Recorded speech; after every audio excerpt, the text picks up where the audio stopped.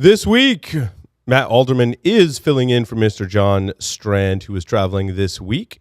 So we're going to split the show up into two segments. First, Matt and I will discuss some of the security mergers, acquisitions, and partnerships, such as TokenEx partnering with SureCloud, Checkpoint is acquiring ForceNock, Zix is has agreed to acquire AppRiver, and much more. Then in the second segment, we'll discuss some of the security product launches and announcements from TrustWave, NopSec, ConnectGuard, Pulse Secure, and Synopsys. Stay tuned for all that and more on this episode of Enterprise Security Weekly. This is Security Weekly, for security professionals, by security professionals. Broadcasting live from G-Unit Studios in Rhode Island, it's the show where we talk security vendors and aren't afraid to name names. It's Enterprise Security Weekly. The greatest threat to businesses today isn't the outsider trying to get in. It's the people you trust, the ones who already have the keys, your employees, your contractors, and privileged users. 60% of online attacks are carried out by insiders. To stop these insider threats, you need to see what users are doing before an incident occurs. Observit combats insider threats by detecting risk activity, investigating in minutes, effectively responding, and stopping data lost. Give it a test drive at observit.com/securityweekly. Are you worried about PCI compliance? Does your development team understand or care about security? Are you ready to face a breach of your customer's sensitive data? See the worst that can happen before it does. Black Hills Information Security can help you help management see the future. Email consulting@blackhillsinfosec.com to find out how a web application penetration test can mitigate the risk before you go live. Welcome to episode 122 of Enterprise Security Weekly for January 16th, 2018. I'm your host, Paul Asadorian, joined remotely by Matt Alderman. Matt, welcome. Happy Wednesday. It's hump day. It is. It's Glorious Wednesday where we're doing Enterprise Security Weekly, of course. Quick announcement, the RSA Conference 2019 is, of course, the place to be for the latest in cybersecurity data, innovation, and thought leadership. March 4th through the 8th in San Francisco is where it's happening. I'll be speaking there. We'll be doing all kinds of recordings and briefings as well. So if you're interested, contact us. We'll have more information on that probably this week. You can, of course, visit rsaconference.com/securityweekly-US19. Use the discount code 5U9SWFD and get $100 off your conference pass.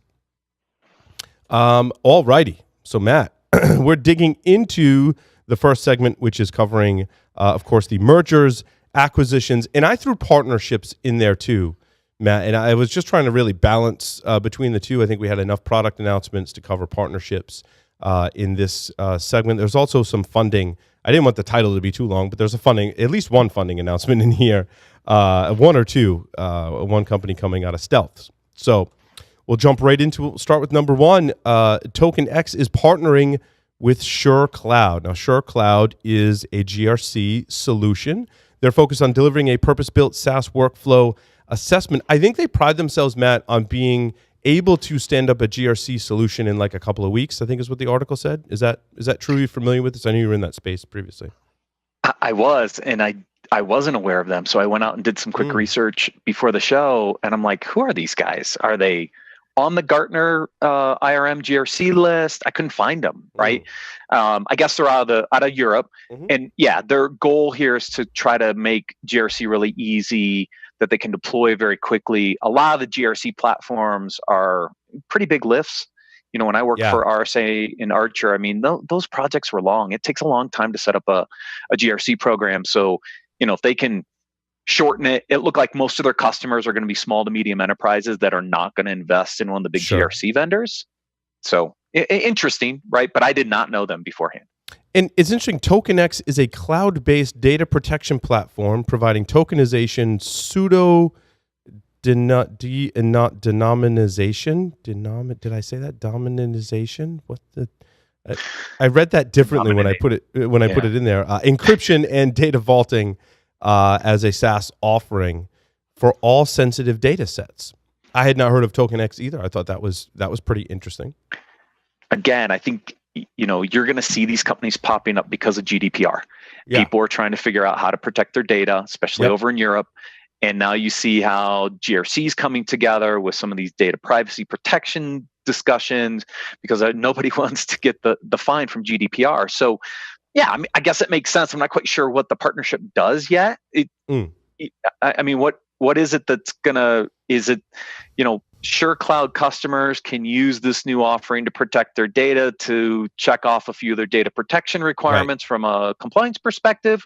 Okay, I don't know how integrated or anything like that it'll be. And to me, the integrations that really kind of figure out how to bring the technologies together and streamline and make them easier are more beneficial than just announcements where it's like you have this joint go-to-market message, because it kind of gets cloudy. Like, well, should I work with SureCloud? Should I work with TokenEx? Am I working with both? Those kind of partnerships get a little messier, I think. Yeah, I think if I were to venture a guess, that SureCloud's one of their potential customers are objections are, well, if I put my GRC solution in the cloud, how do I be compliant? How do I protect and encrypt my data? This partnership is kind of their answer to that objection. Oh, we have a partnership and we make it easy for you to do that through this partnership. But again, we have all the details. It's just kind of my guess on the situation. Yeah, and that would only be part of the data that would have to be protected, but it would give SureCloud, it would allow their customers to have assurance that the data in the SureCloud platform was protected. Sure. Checkpoint has acquired another Israeli company called ForceNock. ForceNock was founded in 2017, so that was fast, right? Fast road to acquisition. ForceNock has developed patent-pending web application and API protection technology, which is really big. Last year I think we started to see many of these companies, bubble up to come on our radar. And now here's one being acquired. They, of course, use machine learning and behavioral analytics to help protect your APIs. Typically, this is part of, and I'm not sure how ForceNock works, but typically it's part of development, right? I'm developing an internal application. That application has an API, and this software makes sure in my software development cycle that those APIs are, in fact, protected. Yeah, it could be after the fact a little bit as well. I think this is actually really good acquisition by Checkpoint. If you think about Checkpoint, traditionally they're a perimeter firewall play. I'm a little bit on the endpoint, but they've been a perimeter play vendor for a long time. Where are these applications? They're at the perimeter, right? So as you think about data centers moving to the cloud, applications becoming kind of that front line to the new perimeter, this actually makes a lot of sense for Checkpoint to bring some web application and API protections into their portfolio to help them for the long haul as we continue to see this digital transformation happen. So I think this is actually a really good acquisition by them, because it gives them some relevancy longer term. It's interesting to see really young startups get acquired early on. Typically, that means they had the right technology at the right time with the right team, and it's kind of like that perfect storm, right? I mean, we don't see a whole lot of early stage startups getting acquired and making headlines very often. It's that, or they have really good relationships with the acquirer that they've built some level of strategic relationships with. It's possible. I'm not saying it is. I didn't dig deep enough. It's possible some of these are ex-Checkpoint guys, right? And when I was at RSA, we used to see a lot of ex-RSA EMC people come back with technology that EMC or RSA would end up acquiring. So sometimes that's an exit path for an early startup too. I put a note in here to a link to an article as kind of just a side note, that there is a report that the cybersecurity market is estimated to be over $300 billion by 2024. Now, we were talking on Business Security Weekly, about the market, and I see a lot of these predictions, Matt, all the time. Like, what's the overall worth of the cybersecurity market today? What's it going to be in the future? Obviously, working in the field, we see a lot of growth. I think others in technology and the market in general sees a lot of growth in cybersecurity as well. Agreed. We did an interview with Bob Ackerman from Allegis Capital right before the end of the year. And he's huge, bullish on the market. There's always a need for security. As we move more stuff into the cloud, we do more stuff through applications and mobile. We need to protect all that. And so he's been very bullish from an investment perspective. We ran through some of the numbers on Monday. This market's going to continue to grow, whether it's 250 billion or 300 billion. I mean, we can debate the numbers all day long, but this is a growing market, and that's the key. Zix is set to acquire the cybersecurity provider AppRiver. Now, I didn't realize how big AppRiver is. They say that they're serving more than 60,000 companies and 4,500 resellers.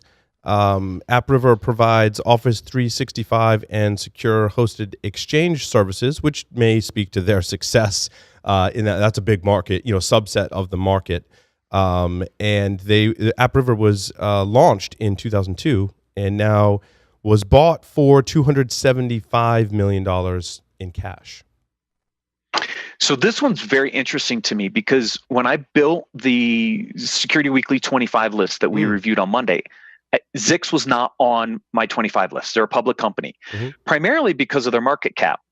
Their market cap is only like $300 million. Wow. So this is a $300 million market cap company buying another company for $275 million in cash. This is a huge acquisition for them. I mean, it's almost the reverse. It's almost like AppRiver is going to consume Zix, depending on how this plays out. Yeah, this was interesting. I recognize Zix because of a secure email platform. In fact, when I was doing pen testing, a few customers were using Zix to securely send email messages and documents as well. Yeah, and I'm looking at the stock. I mean, Zix is up a little bit today on this news. You saw kind of a little bit of a dip, but they spiked up. So people are looking at this as in a positive light. The question is, what's the future of Zix? If they're email security before, now you're buying AppRiver, which is on the application side. Is Zix going to transform itself a little bit over into the application security front? We all believe there's a huge opportunity on the application security side. So this could be a really good move. It's just a really, really big acquisition for a company that's only about a $300 million market cap. I have to venture to guess that AppRiver has really strong predictions for revenue and profit to make this deal happen, right? Yeah, I hope so. And if you think about it too, I mean, everyone is moving who has Exchange and local Active Directory. They're all moving to some kind of cloud hosted service, migrating to Office 365. So I think they're in a good position. You wonder at what point does that plateau as everyone starts to migrate? What comes next? I think that they have to add services. We had representatives from Microsoft on this show come on and basically say they're building Azure to host any number of applications. So I think there's still going to be good growth, once people have migrated all of their Active Directory and Exchange either to hosted or Office 365. Syncurity has closed a $2 million seed round, which is interesting. They're a SOAR platform. I've heard of IR Flow before. I've seen that in the news before. It's built by analysts for analysts. Takes a process first approach, allows security teams to streamline the entire incident management process from threat hunting to pre-conviction alert handling to post-conviction incident response. Interesting use of wording there in pre and post conviction. Interesting way to put it. This of course, this subcategory is also pretty hot too. It is, and there's a lot of players in the space. So, how much can a $2 million seed round last in a market that is heavily populated? Look, I've been at startups with this kind of cash, and they might have 12-month runway. You better hope they get some traction fast. Yeah, and I really think that's about implementing the right features to gain adoption. And if you're playing catch up, that's hard because you got to catch up to the competitors' features, but then you also got to add potentially some features that other people don't have in order to gain market share. Yeah, it's like I said, it's a super crowded space. You've already had some big exits in the SOAR market already, Yeah. with Phantom and Hexadite, and so it's a crowded space. Got to have some differentiation. Got to get some product market fit pretty fast if you're going to survive on 2 million seed round. A cloud security firm, Sonray, I want to say, if I said that right, $18 million in funding. That's pretty good to come out of stealth with $18.5 million in funding. Yeah, so here you've got the opposite of the last story, right? You get a $2 million seed compared to an $18.5 million come out of stealth round. That means you probably have a pretty well-established team, a good set of investors that believe in what you're doing, given it enough funding to really go out and build product market fit in order to grow this company. Cloud data protection is going to be huge. And so this is probably the right type of solution at about the right time to come out of stealth and really make a go. At some point, hopefully we can get a briefing, really understand what they do. But, I say it over and over and over again, app user data. Those are the guys that I see going to have a lot of traction in growth in the next few years. It's interesting. So this company, Sonray, was founded by Brendan Hannigan and Sandy Bird, who previously founded and worked for Q1 Labs. Interesting. We were just talking about that they leave the larger companies, they could do a startup, and sometimes those end up being acquired or merged back into a larger company, sometimes the same larger company. But everyone's exit is, of course, different. So, yeah, it would be interesting to get a briefing, Matt. Yeah. They say a native cloud service that provide organizations with discovery, mapping, classification, and automation capabilities needed to control data in users across cloud environments. Cool stuff. Cool. Let's see. IAM provider OneLogin has raised $100 million. Is this like D or E? It's probably a really late series round for OneLogin. I didn't look at the rounds. It's 170 million total.